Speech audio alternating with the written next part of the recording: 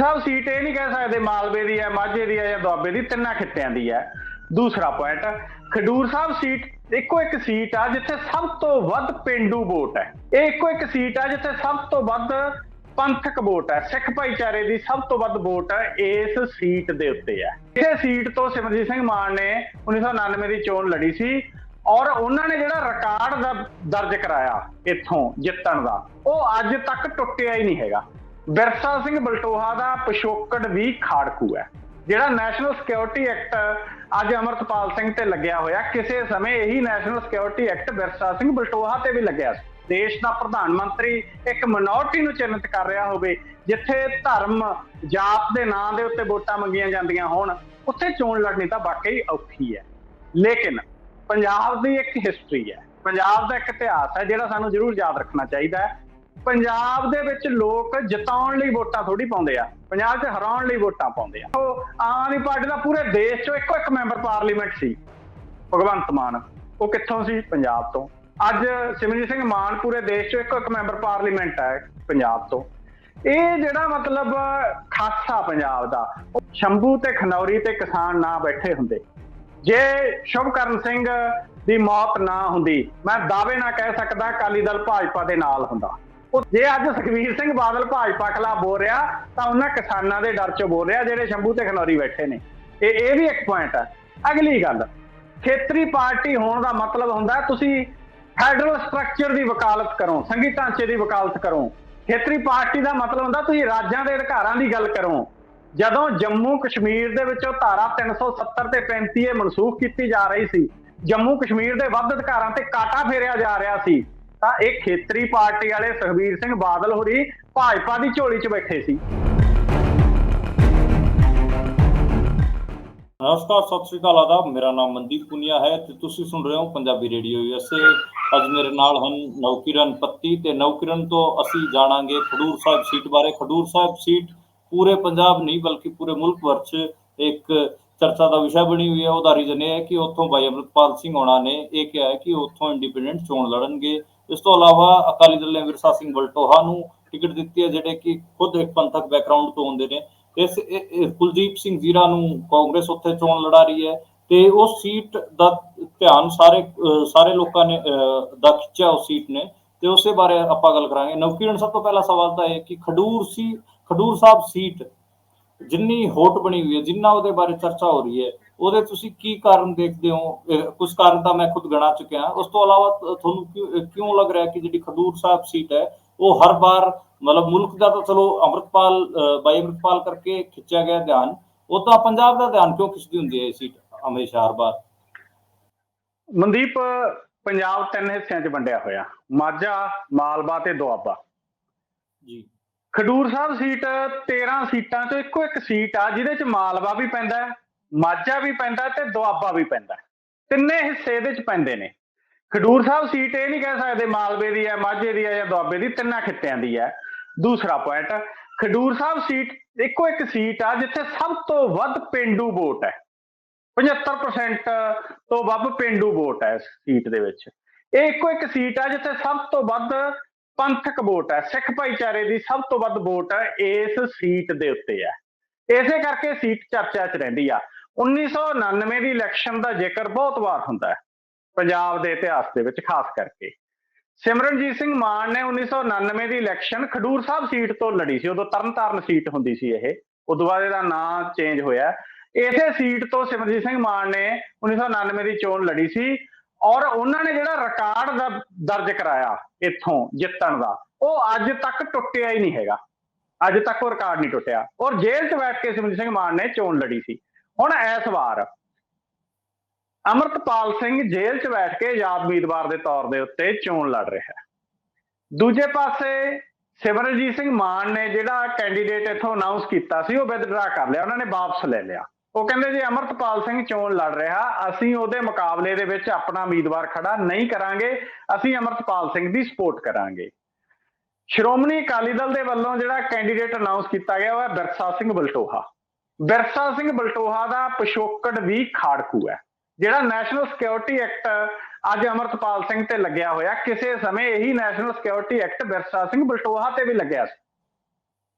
ਵਿਰਸਾ ਸਿੰਘ ਬਲਟੋਹਾ ਦਾ ਨਾਂ ਕਈ ਥਾਵਾਂ ਦੇ ਵਿੱਚ ਗੂੰਜਿਆ। ਹਾਲਾਂਕਿ ਅੱਜ ਉਹ ਇੱਕ ਆਮ ਪੋਲੀਟੀਸ਼ੀਅਨ ਆ। ਅੱਜ ਜਿਹੋ ਜਿਹੇ ਬਾਕੀ ਰਾਜਨੀਤਿਕ ਲੀਡਰ ਨੇ, ਮੈਂ ਵਿਰਸਾ ਸਿੰਘ ਬਲਟੋਹਾ ਨੂੰ ਉਹੋ ਜਿਹਾ ਹੀ ਰਾਜਨੀਤਿਕ ਲੀਡਰ ਇੱਕ ਵੇਖਦਾ ਗਾ। ਤਾਂ ਇੱਥੇ ਜੋ ਪਿਛਲੀ ਚੋਣ ਹੋਈ ਸੀ ਅੱਜ ਤੋਂ 5 ਸਾਲ ਪਹਿਲਾਂ, ਕਿਉਂਕਿ ਜਦੋਂ ਅਸੀਂ ਇਹ ਸੀਟ ਦਾ ਐਨਾਲਿਸਿਸ ਕਰਾਂਗੇ ਸਾਨੂੰ ਪਿਛਲੀਆਂ ਚੀਜ਼ਾਂ ਵੀ ਫਰੋਲਣੀਆਂ ਪੈਣਗੀਆਂ। ਇੱਥੋਂ ਬੀਬੀ ਪਰਨੀਤ ਕੌਰ ਖਾਲੜਾ ਚੋਣ ਮੈਦਾਨ ਦੇ ਵਿੱਚ ਉਤਰੇ ਸੀ, ਜਿਹੜੇ ਕਿ ਭਾਈ ਖਾਲੜਾ ਦੇ ਧਰਮ ਪਤਨੀ ਨੇ। ਉਹਨਾਂ ਨੇ ਇੱਥੋਂ ਚੋਣ ਲੜੀ, ਉਹਨਾਂ ਨੂੰ ਲਗਭਗ 2.5 ਲੱਖ ਵੋਟਾਂ ਹਾਸਲ ਹੋਈਆਂ ਸੀ। ਔਰ ਇੱਥੋਂ ਜੋ ਅਕਾਲੀ ਦਲ ਨੇ ਉਸ ਵਕਤ ਉਮੀਦਵਾਰ ਤਾਰਿਆ ਸੀ, ਉਹ ਤਾਰਿਆ ਸੀ ਬੀਬੀ ਜਗੀਰ ਕੌਰ ਨੂੰ। ਅਕਾਲੀ ਭਾਜਪਾ ਗੱਠਜੋੜ ਦੇ ਬੀਬੀ ਜਗੀਰ ਕੌਰ ਸਾਂਝੇ ਉਮੀਦਵਾਰ ਸੀ। ਬੀਬੀ ਜਗੀਰ ਕੌਰ ਨੂੰ ਵੋਟਾਂ ਨੇ ਜਿਹੜੀਆਂ 3 ਲੱਖ ਦੇ ਕਰੀਬ ਪਈਆਂ ਸੀ। ਕਾਂਗਰਸ ਇੱਥੋਂ ਜੇਤੂ ਰਹੀ ਸੀ। ਔਰ ਉਸ ਵਕਤ ਇਹ ਪੁਆਇੰਟ ਬਣਿਆ ਸੀਗਾ ਕਿ ਇੱਥੋਂ ਬੀਬੀ ਖਾਲੜਾ ਜਿੱਤ ਸਕਦੀ ਸੀ ਜਾਂ ਬੀਬੀ ਜਗੀਰ ਕੌਰ ਜਿੱਤ ਸਕਦੀ ਸੀ ਇਹ ਸੀਟ, ਕਿਉਂਕਿ ਸੀਟ ਪੰਥਕ ਸੀਟ ਮੰਨੀ ਜਾਂਦੀ ਹੈ। ਸਵਾਲ ਖੜਾ ਹੋਇਆ ਸੀ ਕਾਂਗਰਸ ਕਿਉਂ ਜਿੱਤ ਗਈ। ਕਾਂਗਰਸ ਦੇ ਜਿੱਤਣ ਦਾ ਕਾਰਨ ਇਹ ਸੀ ਕਿ ਜੋ ਪੰਥਕ ਵੋਟ ਬੈਂਕ ਸੀ ਜਾਂ ਜੋ ਸਿੱਖ ਭਾਈਚਾਰੇ ਦਾ ਵੋਟ ਬੈਂਕ ਸੀ, ਉਹ 2 ਥਾਂ ਵੰਡਿਆ ਗਿਆ, ਬੀਬੀ ਜਗੀਰ ਕੌਰ ਤੇ ਬੀਬੀ ਖਾਲੜਾ ਦੇ ਵਿੱਚ, ਜਿਹਦੇ ਕਰਕੇ ਕਾਂਗਰਸ ਦਾ ਕੈਂਡੀਡੇਟ ਜਿਹੜਾ ਉਹ ਜਿੱਤ ਗਿਆ। ਹੁਣ ਇਸ ਵਾਰ ਖਦਸ਼ਾ ਸੇਮ ਹੈ। ਬੀਬੀ ਜਗੀਰ ਕੌਰ ਦੀ ਥਾਂ ਤੇ ਵਿਰਸਾ ਸਿੰਘ ਬਲਟੋਹਾ ਨੇ, ਬੀਬੀ ਖਾਲੜਾ ਦੀ ਥਾਂ ਤੇ ਅਮਰਤਪਾਲ ਸਿੰਘ ਨੇ ਚੋਣ ਮੈਦਾਨ ਦੇ ਵਿੱਚ। ਹੁਣ ਸਵਾਲ ਇਹ ਖੜਾ ਹੋਊਗਾ, ਕਾਂਗਰਸ ਦਾ ਕੈਂਡੀਡੇਟ ਕੋਈ ਬਹੁਤਾ ਸਟਰੋਂਗ ਕੈਂਡੀਡੇਟ ਨਹੀਂ ਕੁਲਵੀਰ ਸਿੰਘ ਜੀਰਾ। ਕੁਲਵੀਰ ਸਿੰਘ ਜੀਰਾ MLA ਰਿਹਾ, ਮਾਲਵੇ ਦੇ ਜੀਰਾ ਖੇਤਰ ਨੂੰ ਬਿਲੋਂਗ ਕਰਦਾ ਹੈ, ਜਿਹੜਾ ਕਿ ਖਡੂਰ ਸਾਹਿਬ ਸੀਟ ਦੇ ਵਿੱਚ ਆਉਂਦਾ ਗਾ। ਇੱਥੋਂ ਚੋਣ ਲੜਨ ਦੇ ਲਈ ਕਾਂਗਰਸ ਪਾਰਟੀ ਦੇ ਕੋਲੇ ਹੋਰ ਕਈ ਕੈਂਡੀਡੇਟ ਸੀ। ਕਾਂਗਰਸ ਪਾਰਟੀ ਹੋਰ ਕਈ ਕੈਂਡੀਡੇਟਾਂ ਨੂੰ ਇੱਥੋਂ ਚੋਣ ਮੈਦਾਨ ਦੇ ਵਿੱਚ ਉਤਾਰ ਸਕਦੀ ਸੀ, ਪਰ ਕੁਲਵੀਰ ਸਿੰਘ ਜੀਰਾ ਤੇ ਗੁਣਾ ਕਿਉਂ ਪਿਆ, ਉਹਦੇ ਚ ਕਾਂਗਰਸ ਦੀਆਂ ਅੰਦਰੂਨੀ ਗਿਣਤੀਆਂ ਮਿਣਤੀਆਂ, ਅੰਦਰੂਨੀ ਗੁੱਟਬਾਜ਼ੀਆਂ ਨੇ ਜਿਹੜੀਆਂ ਉਹ ਨਜ਼ਰ ਆਉਂਦੀਆਂ ਨੇ। ਤਾਂ ਹੁਣ ਇੱਥੇ ਸਥਿਤੀ ਜਿਹੜੀ ਬਣੀ ਆ ਉਹ ਇਹ ਬਣੀ ਹੈ, ਵਿਰਸਾ ਸਿੰਘ ਬਲਟੋਹਾ ਨੇ ਜਦੋਂ ਚੋਣ ਉਹਨਾਂ ਨੂੰ ਅਨਾਉਂਸ ਕੀਤਾ, ਅਕਾਲੀ ਦਲ ਬਿਕਰਮਜੀਤ ਮਜੀਠੀਆ ਨੂੰ ਵੀ ਅਨਾਉਂਸ ਕਰ ਸਕਦਾ ਸੀ। ਬਿਕਰਮਜੀਤ ਮਜੀਠੀਆ ਵਿਰਸਾ ਸਿੰਘ ਬਲਟੋਹਾ ਦੇ ਮੁਕਾਬਲੇ ਮਜ਼ਬੂਤ ਕੈਂਡੀਡੇਟ ਮੰਨੇ ਜਾਂਦੇ ਸੀ। ਇੱਕ ਮਨਦੀਪ ਇੱਥੇ ਹੋਰ ਪੁਆਇੰਟ ਜਿਹੜਾ ਸਾਨੂੰ ਧਿਆਨ 'ਚ ਰੱਖਣਾ ਚਾਹੀਦਾ ਉਹ ਇਹ ਹੈ ਕਿ ਅਮਰਤਪਾਲ ਸਿੰਘ ਦੇ ਨਾਂ ਦੀ ਅਨਾਉਂਸਮੈਂਟ ਪਹਿਲਾਂ ਹੋਈ ਹੈ, ਵਿਰਸਾ ਸਿੰਘ ਬਲਟੋਹਾ ਦੀ ਬਾਅਦ 'ਚ ਹੋਈ ਆ। ਕਿਉਂਕਿ ਅਕਾਲੀ ਦਲ ਇਹ ਪਲੀ ਨਹੀਂ ਲੈ ਸਕਦਾ ਕਿ ਦੇਖੋ ਜੀ ਅਸੀਂ ਤਾਂ ਕੈਂਡੀਡੇਟ ਅਨਾਉਂਸ ਕਰ ਚੁੱਕੇ ਸੀ, ਲੇਕਿਨ ਅਮਰਤਪਾਲ ਸਿੰਘ ਦੇ ਨਾਂ ਦੀ ਅਨਾਉਂਸਮੈਂਟ ਪਹਿਲਾਂ ਹੋਈ ਸੀ। ਸ਼ਾਇਦ ਵਿਰਸਾ ਸਿੰਘ ਬਲਟੋਹਾ ਨੂੰ ਇਸੇ ਕਰਕੇ ਅਕਾਲੀ ਦਲ ਨੇ ਅਨਾਉਂਸ ਕੀਤਾ, ਮਜੀਠੀਆ ਨਹੀਂ ਕੀਤਾ, ਹੋਰ ਕੋਈ ਨਹੀਂ ਕੀਤਾ, ਕਿ ਉਹ ਜਿਹਾ ਕੈਂਡੀਡੇਟ ਜਿਹੜਾ ਗਾ ਉਹ ਆਪਾਂ ਅਨਾਉਂਸ ਕਰ ਦਿਓ, ਜਿਹੋ ਜਿਹਾ ਕੈਂਡੀਡੇਟ ਬੈਕਗਰਾਉਂਡ ਤੋਂ ਅਮਰਤਪਾਲ ਸਿੰਘ ਆਉਂਦੇ ਨੇ ਖਾੜਕੂ ਪਿਛੋਕੜ ਤੋਂ। ਹੁਣ ਸਵਾਲ ਇਹ ਖੜਾ ਹੁੰਦਾ ਹੈ ਕਿ ਜਦੋਂ ਵਿਰਸਾ ਸਿੰਘ ਬਲਟੋਹਾ ਨੂੰ ਕੈਂਡੀਡੇਟ ਅਨਾਉਂਸ ਕੀਤਾ, ਉਹ ਅਮਰਤਪਾਲ ਸਿੰਘ ਦੇ ਮਾਤਾ ਪਿਤਾ ਕੋਲੇ ਗਏ, ਜਿਹੜੇ ਅੰਮ੍ਰਿਤਸਰ ਸਾਹਿਬ 'ਚ ਧਰਨੇ ਤੇ ਬੈਠੇ ਨੇ। ਉੱਥੇ ਜਾ ਕੇ ਉਹਨਾਂ ਨੇ ਕਿਹਾ ਕਿ ਦੇਖੋ ਜੀ ਮੈਂ ਚੋਣ ਲੜ ਰਿਹਾ, ਮੇਰੀ ਸਪੋਰਟ ਕਰੋ। ਹੁਣ ਇਹ ਵੀ ਬਹੁਤ ਘੱਟ ਵਾਰ ਹੁੰਦਾ ਵੀ ਇੱਕ ਵਿਅਕਤੀ ਚੋਣ ਲੜ ਰਿਹਾ, ਉਹ ਜੇਲ੍ਹ 'ਚ ਬੈਠਾ, ਉਹਨੇ ਬਾਹਰ ਵੀ ਨਹੀਂ ਸ਼ਾਇਦ ਇਸ ਕੰਪੇਨ 'ਚ ਆਉਣਾ, ਉਹਦੇ ਮਾਤਾ ਪਿਤਾ ਨੇ ਚੋਣ ਕੰਪੇਨ ਕਰਨੀ ਹੈ। ਤੁਸੀਂ ਵਿਰੋਧੀ ਉਮੀਦਵਾਰ ਕੋਲੇ ਜਾ ਕੇ ਕਹੋਗੇ ਭਾਈ ਮੇਰੀ ਹਮਾਇਤ ਕਰੋ, ਇਹ ਵੀ ਤਾਂ ਇੱਕ ਮਤਲਬ ਪੁਆਇੰਟ ਆਏਗਾ ਜਿਹੜਾ ਉਹ ਬੜਾ ਕਹਿ ਸਕਦੇ ਆ ਕਿ ਚੁਸਤੀ ਵਾਲਾ ਪੁਆਇੰਟ ਹੈ। ਤਾਂ ਅਮਰਤਪਾਲ ਸਿੰਘ ਦੇ ਮਾਤਾ ਪਿਤਾ ਨੇ ਬੜਾ ਸੋਹਣਾ ਜਵਾਬ ਜਿਹੜਾ ਇਸ ਵਿਸ਼ੇ ਤੇ ਦਿੱਤਾ। ਉਹਨਾਂ ਨੇ ਕਿਹਾ ਕਿ ਦੇਖੋ ਜੀ ਸਿਮਰਨਜੀਤ ਸਿੰਘ ਮਾਨ ਨੇ ਆਪਦਾ ਕੈਂਡੀਡੇਟ ਵਾਪਸ ਲੈ ਲਿਆ, ਹੁਣ ਬਣਦਾ ਕਿ ਅਕਾਲੀ ਦਲ ਵੀ ਆਪਦਾ ਕੈਂਡੀਡੇਟ ਵਾਪਸ ਲਵੇ। ਹੁਣ ਇਹ ਸਥਿਤੀ ਜਿਹੜੀ ਜੋ ਮੈਨੂੰ ਨਜ਼ਰ ਆ ਰਹੀ ਹੈ ਮਨਦੀਪ, ਇਹ ਆ ਰਹੀ ਹੈ, ਦੇਖੋ ਬੀਜੇਪੀ ਦਾ ਤਾਂ ਇੱਥੋਂ ਮਤਲਬ ਮੁਕਾਬਲੇ ਦੇ ਵਿੱਚ ਹੋਣਾ ਨਜ਼ਰ ਨਹੀਂ ਆ ਰਿਹਾ, ਨਾ ਹੀ ਆ ਸਕਦਾ ਗਾ ਜੋ ਜੇ ਇਸ ਖਿੱਤੇ ਦੇ ਹਾਲਾਤ ਨੇ। ਹੁਣ ਜੇ ਤਾਂ ਇੱਥੇ ਅਕਾਲੀ ਦਲ ਤੇ ਦੀ ਵੋਟ ਹੈਗੀ ਜਿਹੜੀ, ਜਾਂ ਕਹਿ ਲਈਏ ਕਿ ਜੋ ਵੋਟ ਸਿੱਖ ਪਿਛੋਕੜ ਵਾਲੀ ਆ, ਜੇ ਉਹ 2 ਥਾਂ ਵੰਡੀ ਜਾਂਦੀ ਆ ਤਾਂ ਉਹਦਾ ਕਾਂਗਰਸ ਨੂੰ ਫਾਇਦਾ ਹੋ ਸਕਦਾ। ਜੇ ਉਹ ਵੋਟ ਇੱਕ ਥਾਂ ਪੈਂਦੀ ਆ ਤਾਂ ਇਸ ਸੀਟ ਦੇ ਉੱਤੇ ਮੁਕਾਬਲਾ ਦਿਲਚਸਪ ਜਿਹੜਾ ਉਹ ਨਜ਼ਰ ਆਏਗਾ ਜੀ। ਅੱਛਾ ਨਵਕਿਰਨ, ਮੈਨੂੰ ਇਹ ਵੀ ਦੱਸੋ ਕਿ ਜਿਹੜਾ ਇੱਕ ਖਾੜਕੂ ਪਿਛੋਕੜ ਵਾਲਾ ਬੰਦਾ ਜਦੋਂ ਇਲੈਕਟੋਰਲ ਪੋਲਿਟਿਕਸ ਦੇ ਵਿੱਚ ਜਾਣ ਦਾ ਫੈਸਲਾ ਲੈਂਦਾ, ਕੀ ਉਹ ਆਪਣੀ ਸਿਆਸਤ ਨੂੰ ਛੱਡ ਰਿਹਾ ਹੁੰਦਾ ਹੈ, ਫਿਰ ਉਹਦਾ ਕੋਈ ਹੋਰ ਮਕਸਦ ਹੁੰਦਾ ਹੈ? ਕਸ਼ਮੀਰ ਦੀ ਆਪਾਂ ਗੱਲ ਕਰੀਏ, ਕਸ਼ਮੀਰ ਦੇ ਵਿੱਚ ਵੀ ਬਹੁਤ ਸਾਰੇ ਬੰਦੇ ਸੀਗੇ ਜਿਹੜੇ ਕਿ ਇੱਕ ਹਿਸਾਬ ਨਾਲ ਨੈਸ਼ਨਲਿਟੀ ਦੀ ਮੂਵਮੈਂਟ 'ਚ ਸੀਗੇ, ਬਾਅਦ ਚੋਂ ਇਲੈਕਟੋਰਲ ਪੋਲਿਟਿਕਸ ਦੇ ਵਿੱਚ ਗਏ। ਤੇ ਏਦਾਂ ਹੀ ਪੰਜਾਬ 'ਚ ਵੀ ਹੋਇਆ। ਸਿਮਰਨਜੀਤ ਸਿੰਘ ਮਾਨ ਕਹਿੰਦਾ ਤਾਂ ਇਹੀ ਹੈ ਕਿ ਜਿਹੜੇ ਸਿਮਰਨਜੀਤ ਸਿੰਘ ਮਾਨ ਹੈਗੇ ਆ, ਉਹ ਕਹਿੰਦੇ ਤਾਂ ਇਹੀ ਹੈਗੇ ਕਿ ਖਾਲਿਸਤਾਨ ਦੀ ਗੱਲ ਕਰਦੇ ਨੇ, ਖਾਲਿਸਤਾਨ ਬਣਾਉਣਾ ਹੈ, ਅਸੀਂ ਨੈਸ਼ਨਲਿਟੀ ਦੀ ਮੂਵਮੈਂਟ ਖੜੀ ਕਰਨੀ ਹੈ, ਪਰ ਉਹ ਇਲੈਕਟੋਰਲ ਪੋਲਿਟਿਕਸ ਦੇ ਵਿੱਚ ਹੈਗੇ ਆ। ਤੇ ਤੁਸੀਂ ਕੀ ਦੇਖਦੇ ਹੋ ਕਿ ਜਿਹੜੇ ਭਾਈ ਅੰਮ੍ਰਿਤਪਾਲ ਸਿੰਘ ਹੈਗੇ ਆ, ਉਹਨਾਂ ਦਾ ਇਹ ਫੈਸਲਾ ਕਿਸ ਖਾਤੇ ਜਾਊਗਾ? ਇੱਕ ਖਾੜਕੂ ਲਹਿਰ ਦੇ ਸਮਰਥਕ ਦਾ ਸਮਰਥਕ ਬੰਦਾ ਜਦੋਂ ਮੂਵਮੈਂਟ ਛੱਡ ਕੇ ਜਦੋਂ ਮੇਨ ਸਟ੍ਰੀਮ ਪੋਲਿਟਿਕਸ 'ਚ ਆਉਂਦਾ, ਉਹਨੂੰ ਕਿਸ ਖਾਤੇ 'ਚ ਪਾਵਾਂਗੇ? ਕਿ ਉਹ ਆਪਣੀ ਲਾਈਨ ਨੂੰ ਛੱਡ ਰਿਹਾ ਹੁੰਦਾ ਹੈ ਜਾਂ ਫਿਰ ਉਹਦੀ ਕੋਈ ਇੱਕ ਸਟ੍ਰੈਟਜੀ ਵੀ ਹੋ ਸਕਦੀ ਹੈ ਉਸ ਮੌਕੇ ਤੇ? ਦੇਖੋ ਮਨਦੀਪ, ਇਹ ਜਿਹੜੀ ਧਾਰਨਾ ਹੈ ਇਹ ਨੈਸ਼ਨੈਲਿਟੀ ਮੂਵਮੈਂਟਾਂ ਦੇ ਵਿੱਚ ਵੀ ਹੈ, ਇਹ ਲੈਫਟ ਦੀਆਂ ਮੂਵਮੈਂਟਾਂ ਦੇ ਵਿੱਚ ਵੀ ਹੈ।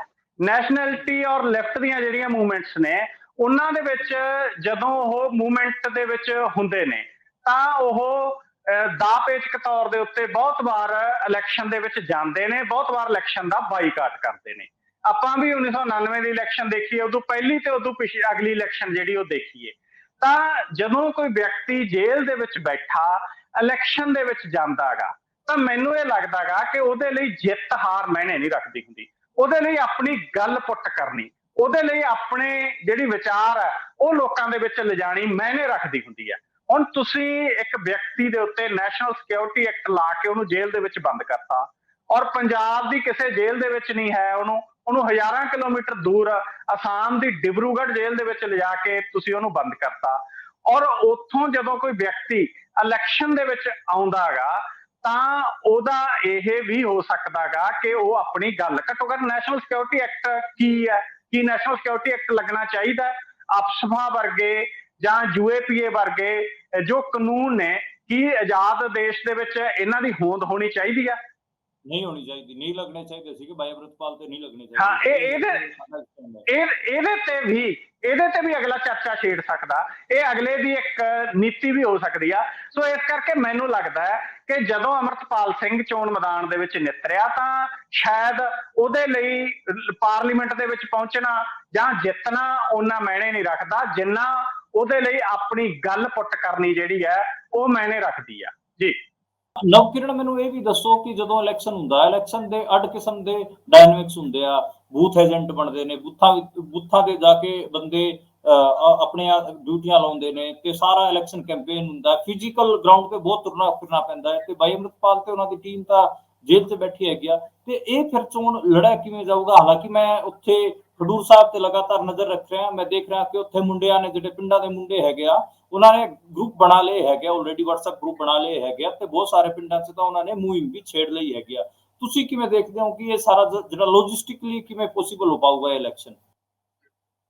ਦੇਖੋ, ਵਾਕਈ ਜਦੋਂ ਤੁਸੀਂ ਇਲੈਕਸ਼ਨ ਦੇ ਵਿੱਚ ਆਉਨੇ ਹੋ ਤਾਂ ਜਿਹੜੀ ਧਿਰ ਸੱਤਾ 'ਚ ਹੁੰਦੀ ਹੈ, ਜਾਂ ਕਹਿ ਲਾਂ ਕਿ ਜਿਹੜੀਆਂ ਮੇਨ ਸਟ੍ਰੀਮ ਦੀਆਂ ਪਾਰਟੀਆਂ ਨੇ, ਵੱਡੀਆਂ ਪਾਰਟੀਆਂ, ਜਿਨ੍ਹਾਂ ਨੇ ਪਿਛਲੇ ਦਿਨਾਂ ਦੇ ਵਿੱਚ ਇੱਕ ਚੋਣ ਬਾਂਡ ਮਸਲਾ ਗਾ ਜਿਹੜਾ ਉਹ ਚਰਚਾ 'ਚ ਆਇਆ ਵੀ ਕਿਵੇਂ ਕਾਰਪੋਰੇਟਸ ਤੋਂ ਪੈਸੇ ਲਏ ਨੇ, ਜੋ ਤੁਸੀਂ ਉਹਨਾਂ ਦੇ ਖਿਲਾਫ ਚੋਣ ਮੈਦਾਨ ਦੇ ਵਿੱਚ ਨਿੱਤਰਦੇ ਹੋ, ਜਿਨ੍ਹਾਂ ਕੋਲੇ ਪੂਰੇ ਸਾਧਨ ਨੇ, ਸਟੇਟ ਮਸ਼ੀਨਰੀ ਹੈ, ਕਾਰਪੋਰੇਟ ਨੇ ਉਹਨਾਂ ਦੇ ਪਿੱਛੇ ਪੈਸਾ ਲਾਉਣ ਦੇ ਲਈ, ਤਾਂ ਉਦੋਂ ਕੀ ਉਹ ਚੋਣ ਜਿੱਤੀ ਜਾ ਸਕਦੀ ਹੈ ਜਿਸ ਚੋਣ ਦੇ ਵਿੱਚ ਦੇਸ਼ ਦਾ ਪ੍ਰਧਾਨ ਮੰਤਰੀ ਇੱਕ ਮਿਨੋਰਟੀ ਨੂੰ ਚਿੰਨ੍ਹਿਤ ਕਰ ਰਿਹਾ ਹੋਵੇ, ਜਿੱਥੇ ਧਰਮ ਜਾਤ ਦੇ ਨਾਂ ਦੇ ਉੱਤੇ ਵੋਟਾਂ ਮੰਗੀਆਂ ਜਾਂਦੀਆਂ ਹੋਣ, ਉੱਥੇ ਚੋਣ ਲੜਨੀ ਤਾਂ ਵਾਕਈ ਔਖੀ ਹੈ। ਲੇਕਿਨ ਪੰਜਾਬ ਦੀ ਇੱਕ ਹਿਸਟਰੀ ਹੈ, ਪੰਜਾਬ ਦਾ ਇੱਕ ਇਤਿਹਾਸ ਹੈ ਜਿਹੜਾ ਸਾਨੂੰ ਜ਼ਰੂਰ ਯਾਦ ਰੱਖਣਾ ਚਾਹੀਦਾ ਹੈ। ਪੰਜਾਬ ਦੇ ਵਿੱਚ ਲੋਕ ਜਿਤਾਉਣ ਲਈ ਵੋਟਾਂ ਥੋੜੀ ਪਾਉਂਦੇ ਆ, ਪੰਜਾਬ 'ਚ ਹਰਾਉਣ ਲਈ ਵੋਟਾਂ ਪਾਉਂਦੇ ਆ। ਆਮ ਆਦਮੀ ਪਾਰਟੀ ਇੱਕ ਉਹ ਪਾਰਟੀ ਸੀ ਜਿਹਦੀ ਕੋਈ ਵਿਚਾਰਧਾਰਾ ਨਹੀਂ ਹੈ।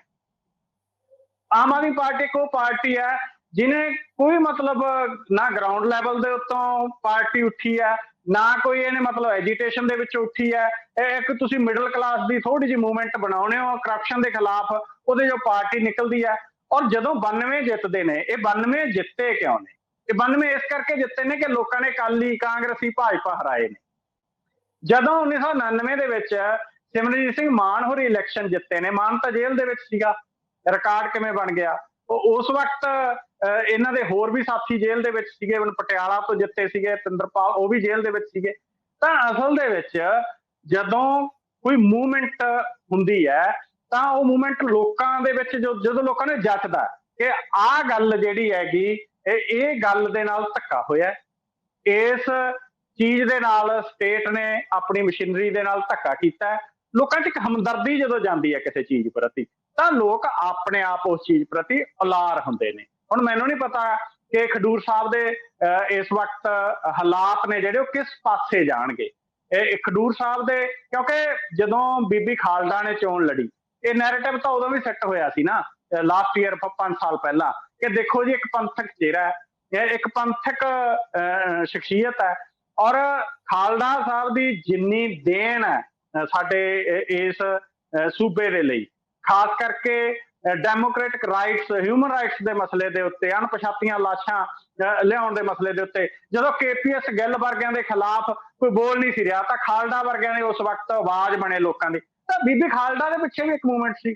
ਪਰ ਬਹੁਤ ਸਾਰੇ ਲੋਕ ਮਨਦੀਪ ਇਹਨੂੰ ਕਹਿੰਦੇ ਨੇ ਕਿ ਦੇਖੋ ਜੀ ਖਡੂਰ ਸਾਹਿਬ ਵਾਲਿਆਂ ਨੇ ਬੀਬੀ ਖਾਲੜਾ ਨੂੰ ਜਿਤਾਇਆ ਨਹੀਂ, ਪਰ ਮੈਨੂੰ ਲੱਗਦਾ 2.5 ਲੱਖ ਵੋਟ ਥੋੜੀ ਨਹੀਂ, 2.5 ਲੱਖ ਦੇ ਲਗਭਗ ਜੇ ਲੋਕ ਬੀਬੀ ਖਾਲੜਾ ਦੇ ਪੱਖ ਦੇ ਵਿੱਚ ਨਿਤਰੇ ਨੇ ਉੱਥੇ ਖਡੂਰ ਸਾਹਿਬ ਦੇ ਵਿੱਚ, ਜਿਨ੍ਹਾਂ ਕੋਲੇ ਕੋਈ ਬਹੁਤੇ ਸਾਧਨ ਨਹੀਂ ਸੀ ਚੋਣ ਪ੍ਰਚਾਰ ਦੇ, ਜਿਨ੍ਹਾਂ ਕੋਲੇ ਕੋਈ ਬਹੁਤੇ ਸੋਰਸਿਸ ਨਹੀਂ ਸੀਗੇ ਕਿ ਲੋਕਾਂ ਦੇ ਵਿੱਚ ਜਾ ਕੇ ਉਹ ਸਮਾਨ ਵੰਡ ਸਕਦੇ, ਤਾਂ ਉਹ ਵੀ ਜੇ 2.5 ਲੱਖ ਵੋਟ ਲੈ ਗਏ, ਇਹਦਾ ਮਤਲਬ ਹੈ ਕਿ ਕਿਸੇ ਨਾ ਕਿਸੇ ਰੂਪ ਦੇ ਵਿੱਚ ਲੋਕ ਨੇ ਜਿਹੜੇ ਉਹ ਅੱਕੇ ਹੋਏ ਨੇ ਹਾਕਮ ਜਮਾਤ ਦੀਆਂ ਪੋਲੀਟੀਕਲ ਪਾਰਟੀਆਂ ਤੋਂ, ਮੇਨ ਸਟ੍ਰੀਮ ਦੀਆਂ ਤੋਂ, ਉਹ ਥੋੜਾ ਜਿਹਾ ਬਦਲ ਭਾਲਦੇ ਨੇ। ਉਹਨਾਂ ਨੂੰ ਆਮ ਆਦਮੀ ਪਾਰਟੀ ਦੇ ਰੂਪ ਦੇ ਵਿੱਚ ਬਦਲ ਮਿਲਿਆ, ਉਸ ਪਾਸੇ ਚਲੇ ਗਏ।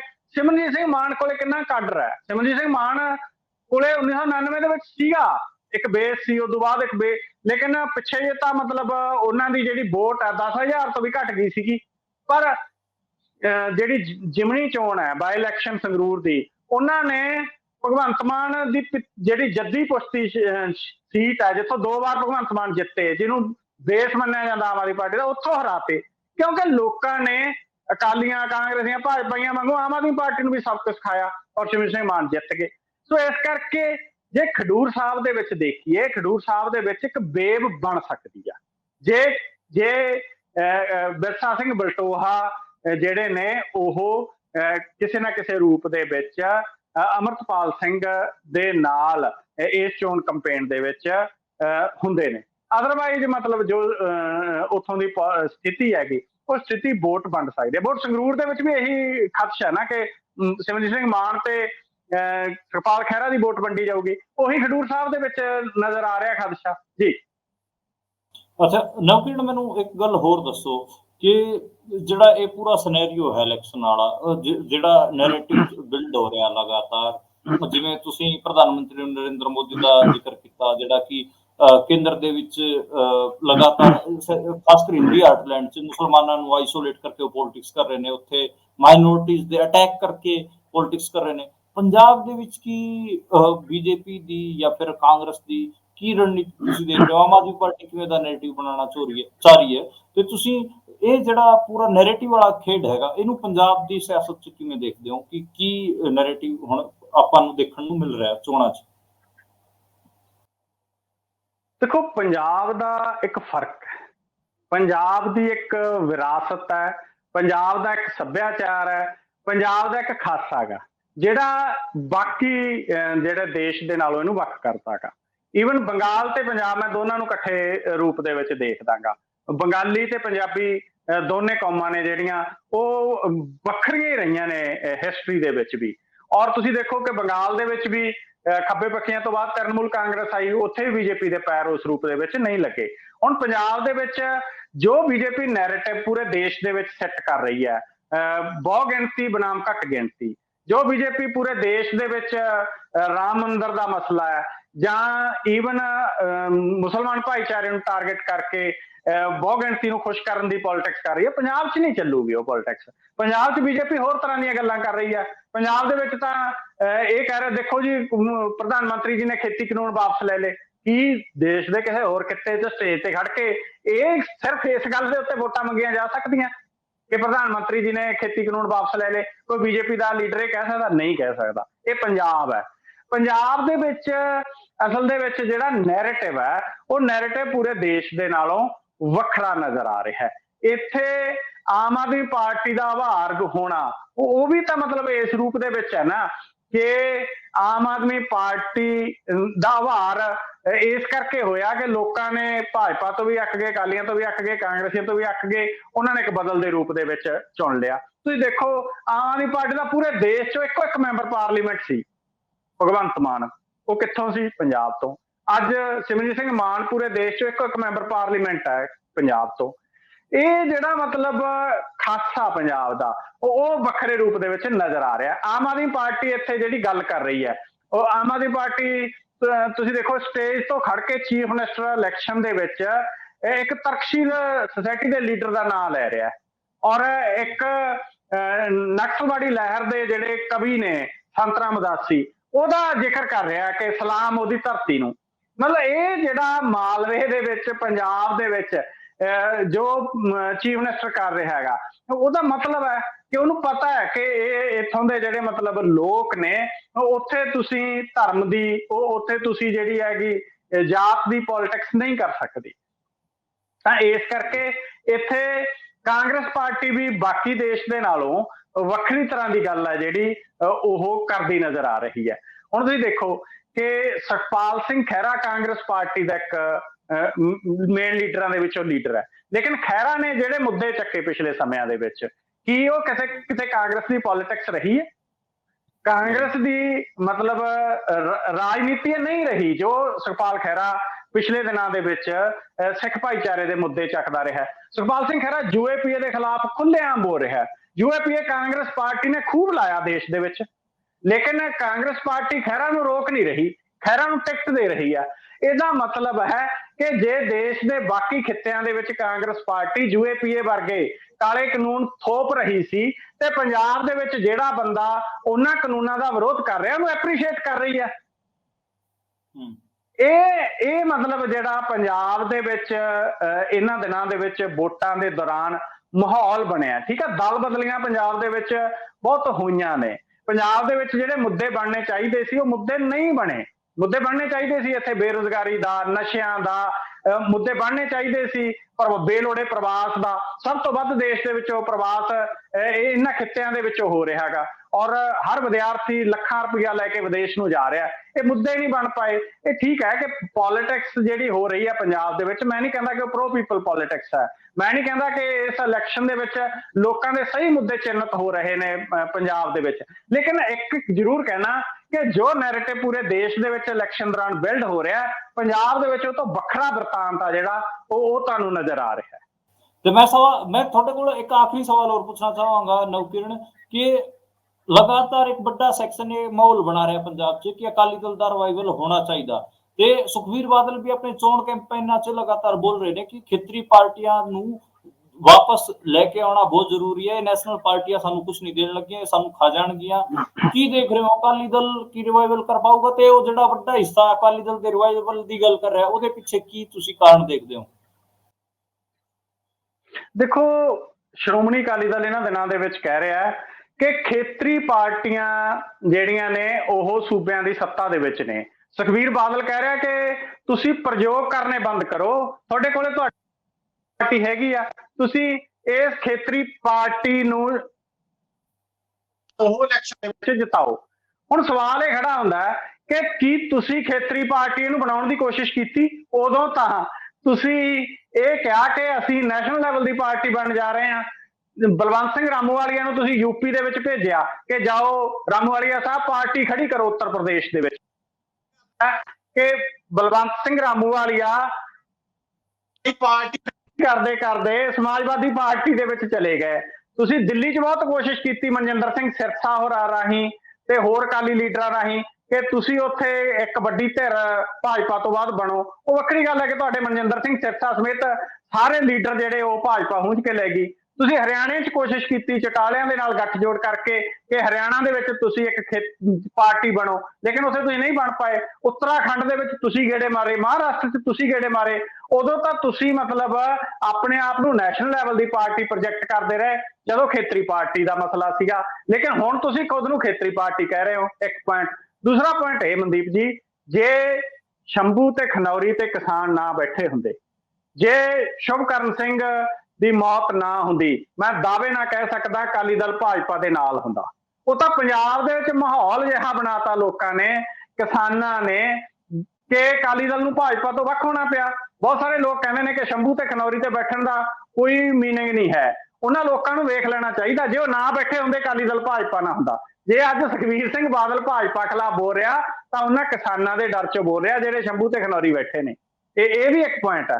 ਅਗਲੀ ਗੱਲ, ਖੇਤਰੀ ਪਾਰਟੀ ਹੋਣਾ ਸਿਰਫ ਇਹ ਥੋੜੀ ਹੁੰਦਾਗਾ ਕਿ ਤੁਸੀਂ ਇੱਕ ਸੂਬੇ ਦੀ ਪਾਰਟੀ ਹੋ। ਖੇਤਰੀ ਪਾਰਟੀ ਹੋਣ ਦਾ ਮਤਲਬ ਹੁੰਦਾ ਤੁਸੀਂ ਫੈਡਰਲ ਸਟਰਕਚਰ ਦੀ ਵਕਾਲਤ ਕਰੋ, ਸੰਘੀ ਢਾਂਚੇ ਦੀ ਵਕਾਲਤ ਕਰੋ। ਖੇਤਰੀ ਪਾਰਟੀ ਦਾ ਮਤਲਬ ਹੁੰਦਾ ਤੁਸੀਂ ਰਾਜਾਂ ਦੇ ਅਧਿਕਾਰਾਂ ਦੀ ਗੱਲ ਕਰੋ।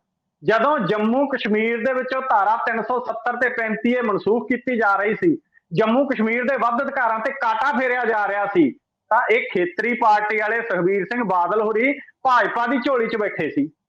ਕਿਵੇਂ ਇਨਕਾਰ ਕਰਾਂਗੇ ਇਸ ਗੱਲ ਤੋਂ? ਅੱਜ ਜਿਹੜੇ ਬੁੱਧੀਜੀਵੀ ਇਹ ਵਕਾਲਤ ਕਰਦੇ ਨੇ ਕਿ ਅਕਾਲੀ ਦਲ ਖੇਤਰੀ ਪਾਰਟੀ ਦੇ ਤੌਰ ਤੇ ਉੱਭਰਨਾ ਚਾਹੀਦਾ, ਕੀ ਉਹਨਾਂ ਨੂੰ ਇਹ ਗੱਲ ਯਾਦ ਨਹੀਂ ਹੈ ਕਿ ਅਕਾਲੀ ਦਲ ਨੇ ਤਾਂ ਭਾਜਪਾ ਦੇ ਪੱਖ ਦੇ ਵਿੱਚ ਖੜ ਕੇ ਉਹ ਰਾਜਾਂ ਦੇ ਵੱਧ ਅਧਿਕਾਰਾਂ ਦੇ ਖੋਹਣ ਦੇ ਵਿੱਚ ਫੈਸਲੇ ਲਏ ਨੇ? ਤੇ ਫਿਰ ਕਿਵੇਂ ਖੇਤਰੀ ਪਾਰਟੀ ਹੁੰਦੀ ਹੈ? ਖੇਤਰੀ ਪਾਰਟੀ ਦਾ ਮਤਲਬ ਐ ਥੋੜੀ ਹੁੰਦਾਗਾ ਕਿ ਇੱਕ ਸੂਬੇ ਦੀਆਂ ਸੀਟਾਂ ਲੜ ਲਓ ਤੁਸੀਂ ਖੇਤਰੀ ਪਾਰਟੀ। ਖੇਤਰੀ ਪਾਰਟੀ ਦਾ ਮਤਲਬ ਹੁੰਦਾ ਤੁਸੀਂ ਖੇਤਰੀ ਗੱਲਾਂ ਕਰੋ। ਤੁਸੀਂ ਘੱਟੋ ਘੱਟ ਮਤਲਬ 2 ਪੁਆਇੰਟ ਤਾਂ ਬਣਦੇ ਨੇ ਨਾ ਖੇਤਰੀ ਪਾਰਟੀ ਦੇ, ਰਾਜਾਂ ਨੂੰ ਵੱਧ ਅਧਿਕਾਰ, ਫੈਡਰਲ ਸਟਰਕਚਰ। ਇਸ ਤੋਂ ਇਲਾਵਾ ਜਿਹੜਾ ਹੈਗਾ ਖੁਦ ਮਤਲਬ ਅੱਜ ਦੇ ਸਮੇਂ ਦੇ ਵਿੱਚ ਮੈਂ ਤੁਹਾਨੂੰ ਐਗਜ਼ਾਮਪਲ ਦਿੰਦਾ ਕਿ GST ਦੇ ਰਾਹੀਂ ਸੂਬਿਆਂ ਦਾ ਸਾਰਾ ਟੈਕਸ ਇਕੱਠਾ ਕਰਕੇ ਸੈਂਟਰ ਲੈ ਜਾਂਦਾ ਹੈ। ਸੂਬੇ ਉਸ ਤੋਂ ਬਾਅਦ ਸੈਂਟਰ ਕਨੀ ਝਾਕੀ ਜਾਂਦੇ ਨੇ ਕਿ ਸਾਨੂੰ ਸਾਡਾ ਹਿੱਸਾ ਦੇ ਦਿਓ, ਸਾਨੂੰ ਸਾਡਾ ਹਿੱਸਾ ਦੇ ਦਿਓ। ਖੇਤਰੀ ਪਾਰਟੀ ਤਾਂ ਉਹ ਹੋਊਗੀ ਨਾ ਕਿਸੇ ਸੂਬੇ ਦੀ ਸੱਚੀ ਮੁੱਚੀ ਦੀ ਖੇਤਰੀ ਪਾਰਟੀ ਜਿਹੜੀ ਕਹੂਗੀ ਹੂ ਆਰ ਯੂ, ਤੁਸੀਂ ਹੁੰਦੇ ਕੌਣ ਹੋ ਸਾਡੇ ਸੂਬੇ ਦੇ ਟੈਕਸ ਲਿਜਾਣ ਵਾਲੇ? ਤੁਸੀਂ ਸਾਡਾ ਹਿੱਸਾ ਗਾ ਜਿਹੜਾ ਉਹ ਅਸੀਂ ਲੋਕਾਂ ਤੋਂ ਗਰਾਹਾਂਗੇ, ਤੁਸੀਂ ਕਿਉਂ ਗਰਾਉਂਦੇ ਹੋ? ਤੁਸੀਂ ਆਪਦਾ ਜੋ ਤੁਹਾਡਾ ਹਿੱਸਾ ਬਣਦਾ ਉਹ ਲੈ ਜਾਓ। ਮਤਲਬ GST ਦੇ ਵਕਾਲਤ ਕਰਦੇ ਸੀਗੇ ਇਹ ਅਕਾਲੀ ਦਲ ਵਾਲੇ, GST ਦੇ ਪੱਖ 'ਚ ਸੀਗੇ। ਤੇ ਇਸ ਕਰਕੇ ਜਿੰਨੇ ਵੀ ਮਤਲਬ ਕਿਸੇ ਖੇਤਰੀ ਪਾਰਟੀ ਦੇ ਵਿੱਚ ਗੁਣ ਹੋਣੇ ਚਾਹੀਦੇ ਨੇ। ਹਾਂ, ਇਹ ਠੀਕ ਹੈ ਕਿ 1996-97 ਤੋਂ ਪਹਿਲਾਂ ਮੈਂ ਅਕਾਲੀ ਦਲ ਦੇ ਵਿੱਚ ਉਹ ਗੁਣ ਦੇਖਦਾ। ਅਕਾਲੀ ਦਲ ਨੇ ਜਿਹੜੇ ਮੋਰਚੇ ਲਾਏ, ਪਾਣੀਆਂ ਦਾ ਮਸਲਾ, ਰਾਜਾਂ ਦੇ ਅਧਿਕਾਰਾਂ ਦਾ ਮਸਲਾ, ਸੰਘੀ ਢਾਂਚੇ ਦਾ ਮਸਲਾ, ਉਹ ਇੱਕ ਖੇਤਰੀ ਪਾਰਟੀ ਦਾ ਕੰਮ ਇਹਨਾਂ ਨੇ 1996-97 ਤੱਕ ਕੀਤਾ। ਲੇਕਿਨ ਜਦੋਂ ਪ੍ਰਕਾਸ਼ ਸਿੰਘ ਬਾਦਲ ਚੀਫ ਮਿਨਿਸਟਰ ਪ੍ਰਧਾਨ ਬਣਦੇ ਨੇ ਪਾਰਟੀ ਦੇ, ਉਦੋਂ ਬਾਅਦ 96-97 ਤੋਂ ਬਾਅਦ ਜਦੋਂ 9 ਮਾਸ ਦੇ ਰਿਸ਼ਤੇ ਦੀਆਂ ਗੱਲਾਂ ਹੁੰਦੀਆਂ ਨੇ, ਇਹ ਤਾਂ ਭੁੱਲ ਗਏ ਕਿ ਖੇਤਰੀ ਪਾਰਟੀ ਦਾ ਕੰਮ ਕੀ ਹੁੰਦਾ। ਸੋ ਇਸ ਕਰਕੇ ਇਹ ਖੇਤਰੀ ਪਾਰਟੀ ਦੀਆਂ ਗੱਲਾਂ ਇਹਨਾਂ ਨੂੰ ਹੁਣ ਆਉਣ ਲੱਗੀਆਂ ਨੇ ਜਦੋਂ ਭਾਜਪਾ ਦੇ ਨਾਲ ਨਾਤਾ ਟੁੱਟਿਆ। ਜੇ ਦੁਬਾਰੇ ਭਾਜਪਾ ਕਨੀ ਇਹਨਾਂ ਦੀ ਦੋਸਤੀ ਹੋ ਗਈ ਤੇ ਫਿਰ ਭੁੱਲ ਜਾਣਗੇ ਕਿ ਰਾਜਾਂ ਦੇ ਅਧਿਕਾਰ ਵੀ ਕੋਈ ਗੱਲ ਹੁੰਦੀ ਹੈ। ਜੀ ਜੀ, ਸ਼ੁਕਰੀਆ ਨਵਕਿਰਨ, ਤੁਸੀਂ ਬਹੁਤ ਡਿਟੇਲ ਨਾਲ ਖਡੂਰ ਸਾਹਿਬ ਸੀਟ ਬਾਰੇ ਵੀ ਗੱਲ ਕੀਤੀ ਤੇ ਇੱਕ ਜਿਹੜਾ ਨੈਰੇਟਿਵ ਹੈ ਪੰਜਾਬ ਦਾ ਇਲੈਕਸ਼ਨ ਬਾਰੇ ਉਹਦੇ ਬਾਰੇ ਵੀ ਗੱਲ ਕੀਤੀ। ਤੇ ਆਪਾਂ ਦੁਬਾਰੇ ਫਿਰ ਕਦੇ ਬਹਿ ਕੇ ਗੱਲਾਂ ਬਾਤਾਂ ਕਰਾਂਗੇ। ਸਾਨੂੰ ਸਮਾਂ ਦੇਣ ਵਾਸਤੇ ਸ਼ੁਕਰੀਆ ਤੇ ਮੈਂ ਸਾਰੇ ਦਰਸ਼ਕਾਂ ਦਾ ਵੀ ਸ਼ੁਕਰੀਆ ਕਰਦਾ। ਤੁਸੀਂ ਦੇਖਦੇ ਤੇ ਸੁਣਦੇ ਰਹੋ ਪੰਜਾਬੀ ਰੇਡੀਓ USA।